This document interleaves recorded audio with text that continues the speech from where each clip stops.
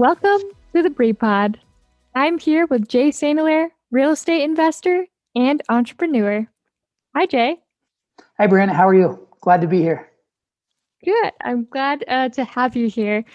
I wanted to share a little bit of a background on how I first met you. I met you through my parents because you went to school with my dad, and we were neighbors for a little bit of time there. Hmm. Um, and we have even worked on some projects together for your business. Absolutely. Um, so, as you know, I've told you this before, I've always felt that you have been a mentor to me. So, I wanted to bring you onto the podcast and share your insight, share your story. So, how did you get into real estate and becoming an entrepreneur? Well, first of all, I appreciate you saying from us speaking together and doing projects together, that you consider me, a mentor of yours. And I want to say that I know you're an active learner. That's what kind of reminds me of myself. You always want to learn. So that's a good trait to have. And I enjoyed working with you. Um, I back myself in 2009 is when I started in my real estate business. Way back, if I go way back, when I was 21 years old, I started building houses. Learned it from my dad, and started our own construction business. But that was leading up to the real estate. But I always wanted to learn how to build houses and do construction. So we started our own business, and through the years, all the way through the years since I was 21. All the way up until 2009, I was building houses for other people, and making an hourly wage or a project wage. You bid on the project and you get paid.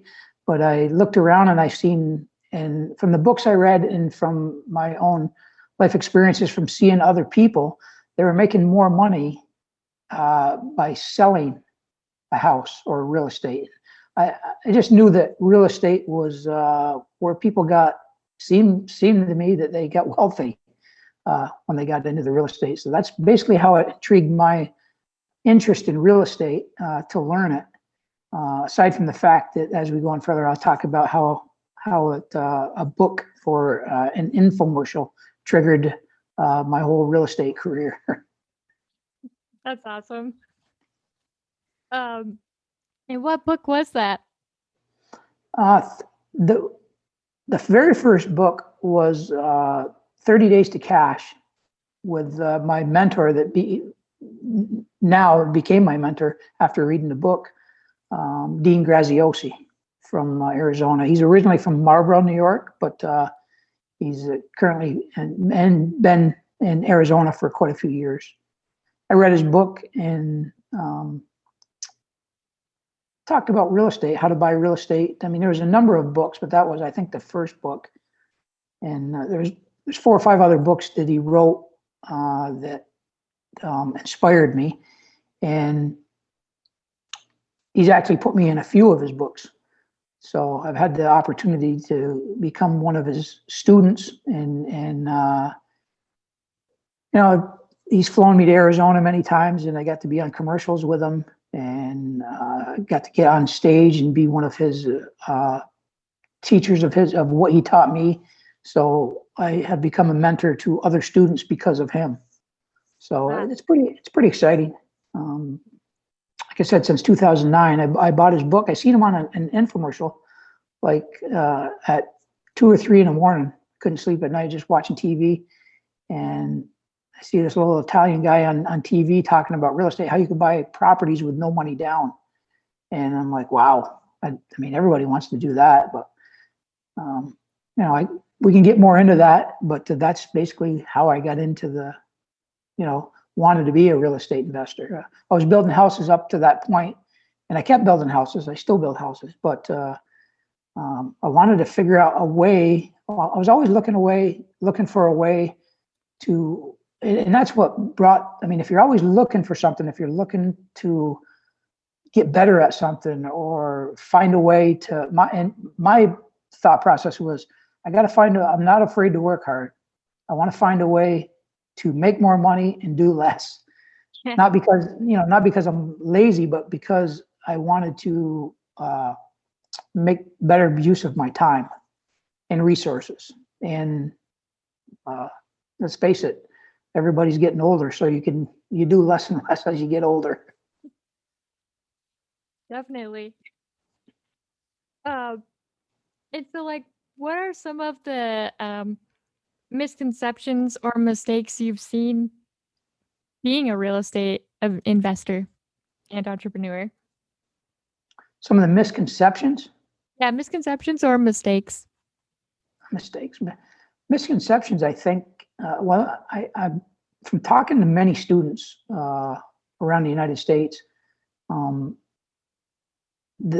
used to have to, when I would meet them, I would have to ask them a certain bunch of questions. It's kind of like you asking me questions. Some of them were, what kind of mistakes did have they made? And they would ask me.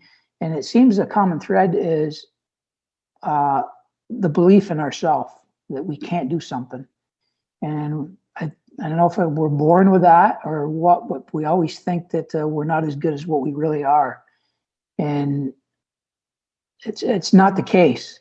It's really not the case. You think it is, but once you start doing things, and as you build confidence doing them, you find out that you're capable of so much more than what you are. But some of the mistakes that I think people make, the majority of people, from talking to them and experiencing it myself, is you don't give yourself as much credit. You think you can't do it. You think you're not good enough. You're not smart enough. You're not tall enough. You're not pretty enough. You're not strong enough. There's so many things that I don't know if we were brought up, taught that, and it's ingrained in us, or if it's just something we're born with and everybody has to overcome, because it seems everybody feels that way. But that's one of the misconceptions and mistakes. And you come to find out as you do more and more of what you love, or whatever your passion is, or your your business, or whatever you're doing that you put your whole heart and soul into, you find out the more you do it, the better you get at it, the more confidence you get, and it just builds like a snowball. And you really actually end up teaching yourself that you're a lot better than what you thought you were. And through the process, it just reinvents what I'm saying. Yeah. That's one. And I'm sure you've seen it from talking to, that I would think that'd be a common thread. Yeah, But, no, it is. Yeah. And the other misconception is you have to do things on your own. And you really don't, because there's so many people out there. If you just open your eyes or do your own research, or just start looking around, there's so many people that are doing what you want to do. With the internet, you can find anybody. But what you don't realize is there's so many people that want to teach or show somebody what they know and what they have learned, because honestly, I mean, who wants to leave this world without sharing their knowledge or leaving a legacy or just helping somebody? Everybody wants to help somebody else.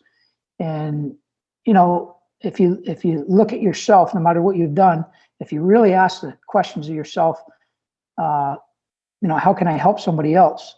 And what that the other misconception is you don't think you know enough, but in reality, you really know a lot. You're always one step ahead of somebody else, or 1 week ahead, or 1 month ahead, or 1 year ahead. And so everybody that's behind you, I've learned this from my mentor, everybody that's behind you has a thirst for the knowledge that you have, and yet you think you don't know enough, but you're always one chapter ahead of somebody. So those are the people that yearn to learn from you. And I think there's actually a meme I think you even made for me one time, and it talks about the meme. It's about you don't know it, but there's so many people that want to learn from you. To something to that effect. I remember. I'll have to find it, because I think you made it for me.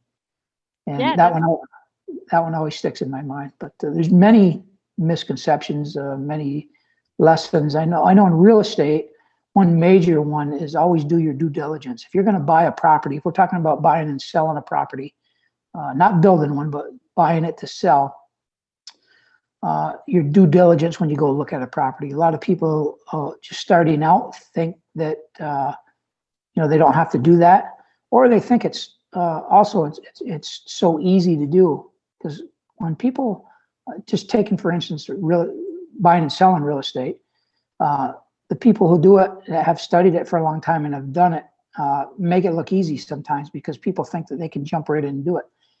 You can't, but yet in another sense you can if you have a mentor. So it's kind of a double-edged sword, I guess you could say. Don't think you can go right in and do it, but don't think you can't go right in and do it. And as I explained, with a mentor, you can go right in and do it with help. I mean, you can do it without a mentor too, but as I've learned from my mentor, you can shave years off if you talking to a mentor for one day. You could save years of headache. Yeah, definitely. So there's a lot of misconceptions, a lot of mistakes that I made. Another major mistake I made was I didn't think I needed a mentor. I read my mentor's book, and I actually did I don't know how many deals just by reading his book. So, that's okay. You can, but if you get into if you're using somebody else's money or your money that you don't have, or the bank's money, it could get very expensive. So you kind of do the small things without the mentor first. And then if you're going to get into something that may hurt your family or bankrupt you, or, most people know how far they could go without taking that real big risk. It's a good thing to get a mentor. And speaking of mentorship, you actually wrote a book for rent-to-owners. Mm-hmm. And I feel like you shared a lot of helpful information to help people that were looking into that. And I guess, can you help explain what rent-to-own is? Yeah, that's the strategy that there's many strategies in real estate. There's so many strategies that you can use to profit in real estate or to invest in real estate. And rent to own is one of them. That's the one that I become an expert at, because there's a number of reasons. I can tell you why, but that was the easiest for me. And in my area, that's just something I studied from some people that were around here. When I was younger, I wanted to get in before I even had a mentor. I bought a piece of property in a rent to own, and I didn't have a lot of money, so I could give a small down payment. That was the only way I could own something. So that's what intrigued me to get into the rent to own, or in other words, it's called the land contract. That strategy, because more people that didn't have a lot of money could use that strategy. So I wrote a book about it. Aside from doing many deals with that strategy, and my book is called "Stop Renting, Be a Homeowner Now." I became a self-published author. I think it was 2010 or 11, and sold a few books. I'm not getting rich off it, but it gets the word out. I actually teach people how to do a rent to own, what it is, and kind of my story and how to do things, where to go to get information, and all the things that are involved with a rent to own. But it was a pretty neat experience. The reason I got to write it was because of what I learned from my mentor. It gave me the courage, and I'll be honest, I barely passed. Well, I passed it in English class, but I wasn't the greatest writer. So, that shows you that anybody, if I can write a book, anybody can write a book. That's awesome. I love that. Um, so with that being said, what are you currently working on? As you know, maybe others don't. I still have a full-time job. Also, I work full-time and I do real estate investing. Built houses from the ground up with my father. I learned it from my dad when I was 21. We've been building houses. We usually build a house. I've been building houses since I was 21 years old. Like I said, we probably built. I know my wife and myself. We build a house every couple of years, live in it, and sell it. So we've built many houses since we were 21 years old, not only for us, but for other people. currently, we just got done building this house and just finished it. Built a house last year across the road for my son, and we had our first granddaughter, my son and daughter-in-law, and we just had our first granddaughter. So I'm excited about that. I think we're going to stay here now because we don't want to build and move again because our grandchild's here, and my son and daughter-in-law is right across the road. But currently, we're doing fix and flips right now, and rent to owns.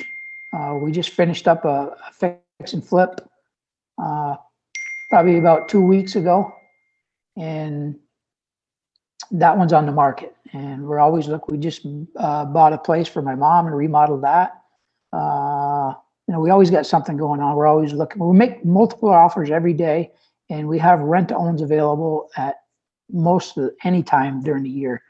If we can buy them as fast as, we got a lot of buyers right now, but it's funny because the real estate market, it goes up and down. Like sometimes we have plenty of houses, but no buyers.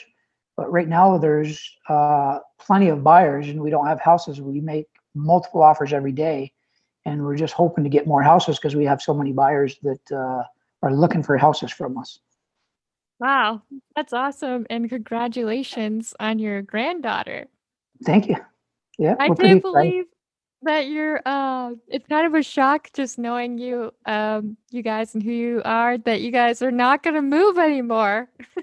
Yeah, I don't think we are. We bought 25 acres right here, and there's plenty more room to build more houses, but I don't think we're gonna. I don't think we are. Or I don't know. You never know. I don't think we are. If we do, it'll be right next door, so we won't be too far from our granddaughter. Yeah, definitely.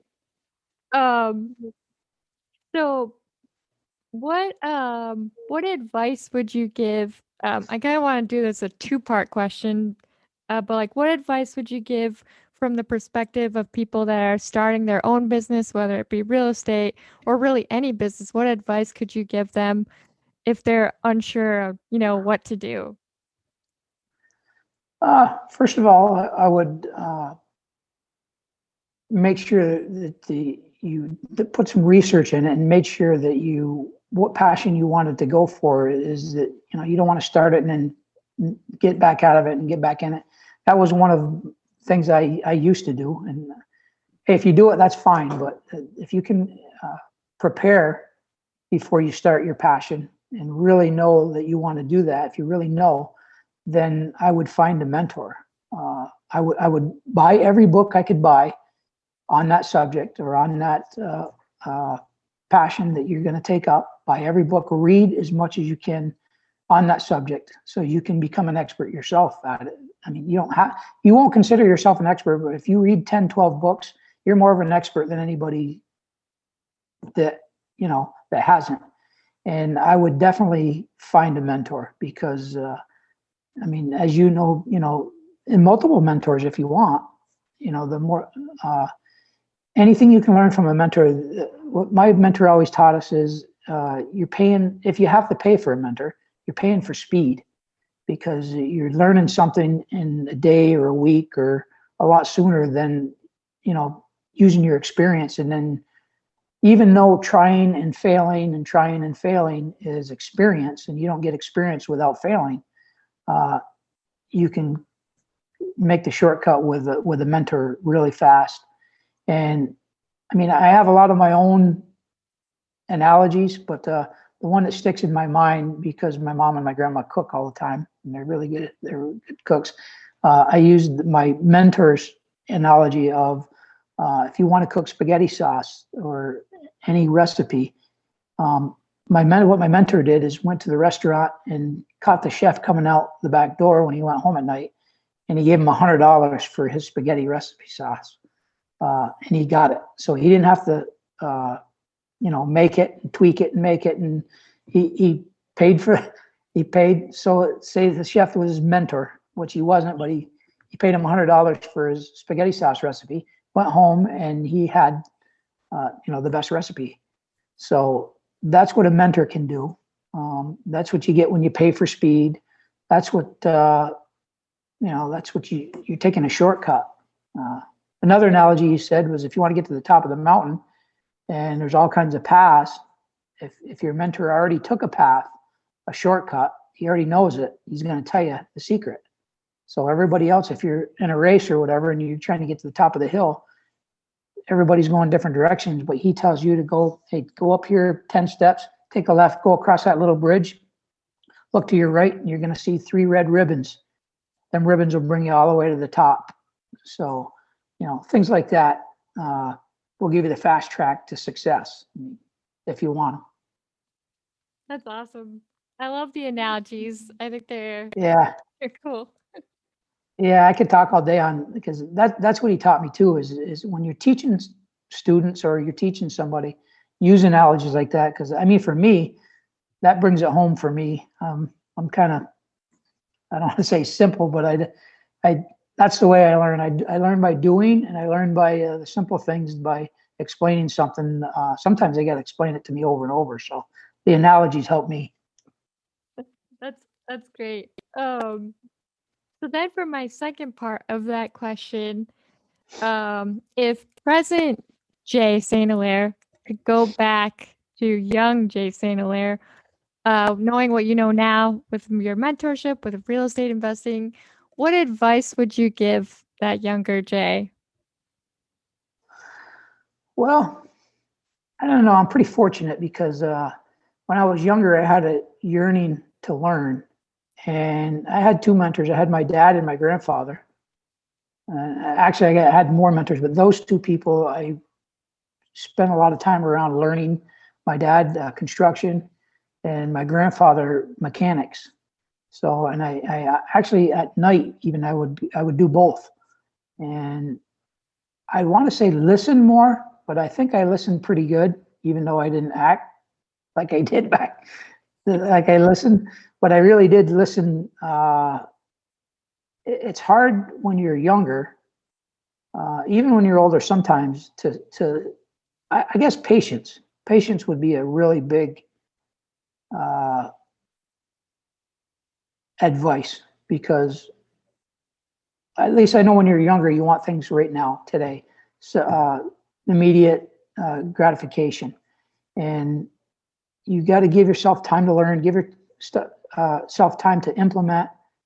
And even when you're listening to somebody or learning something from somebody, or they tell you, sometimes you think, well, that's probably not right, or you don't, you're not sure. But over time, with patience, you come to realize that no matter what kind of advice you get, it's all good advice, whether it's good or bad. I mean, bad advice could teach you, if you did it and you failed at it, you're going to fix it. And if they give you good advice, then it's good and you'll keep doing it. So either way, I guess, instead of looking at something negative where you got bad advice, because nobody's perfect, and some things work, some things don't. Everybody does things different. And if you do something that you got advice from just a little bit different, you could blame it on your mentor, when in actuality, you might have missed something, a step or something that they told you on what to do. So just don't beat yourself up. Patience, listen more, keep moving forward. And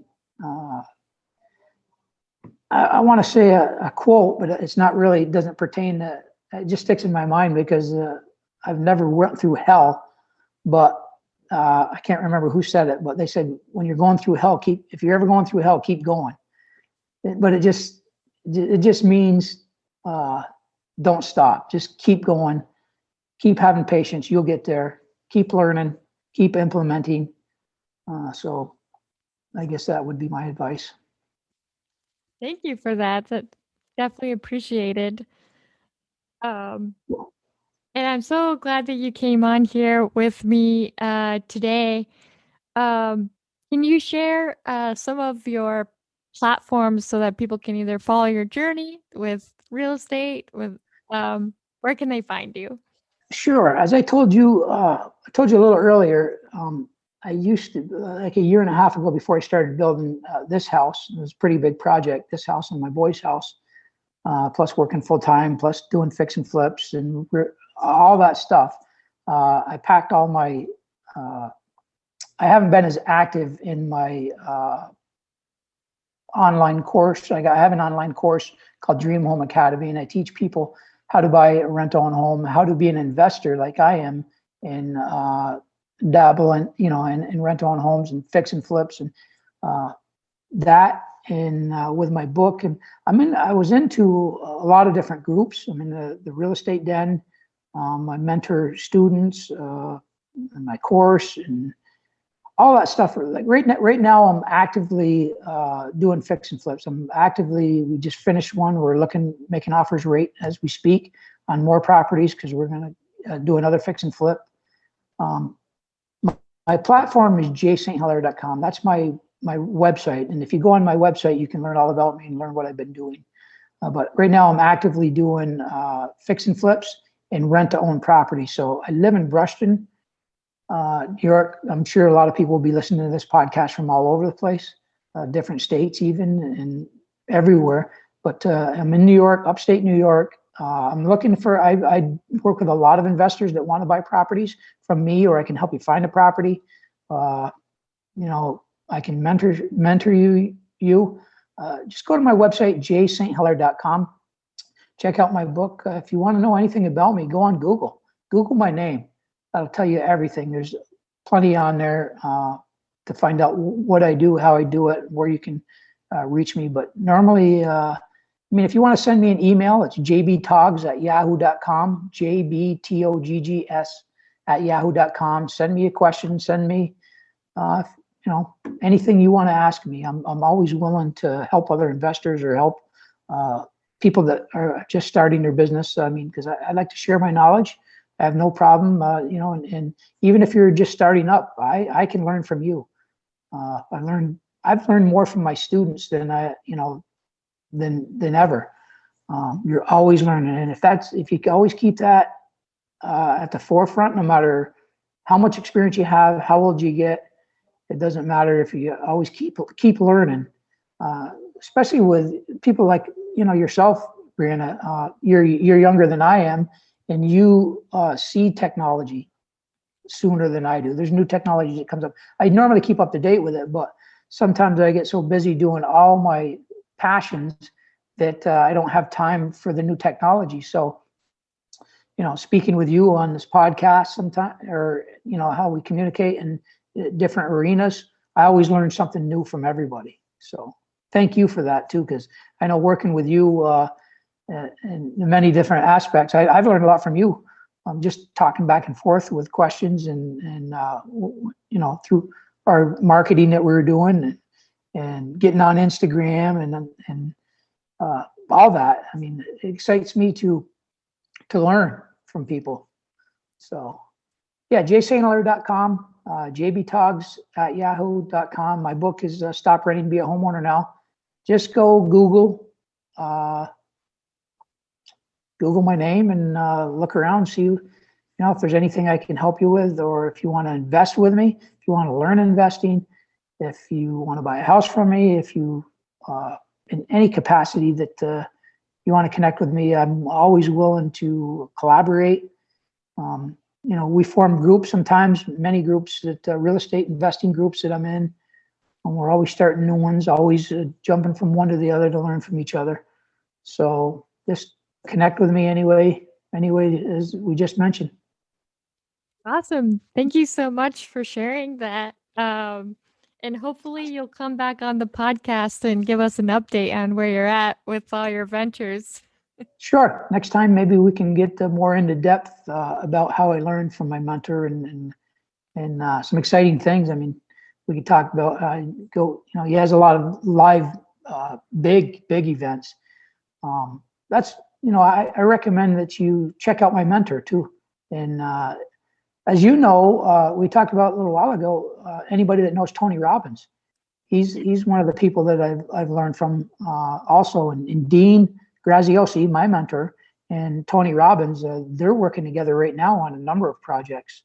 And there's some heavy hitters. Them guys really inspired massive people. And I'm blessed to have found Dean and became one of his, at that time, beginning, I was one of his top students. And now, he's got some students that have skyrocketed that are multi-millionaires from real estate. So I'm not that big, but I've certainly learned a lot of things from him and grateful for it. Hey, you could be that big. Well, I keep plugging. Yeah, I keep going.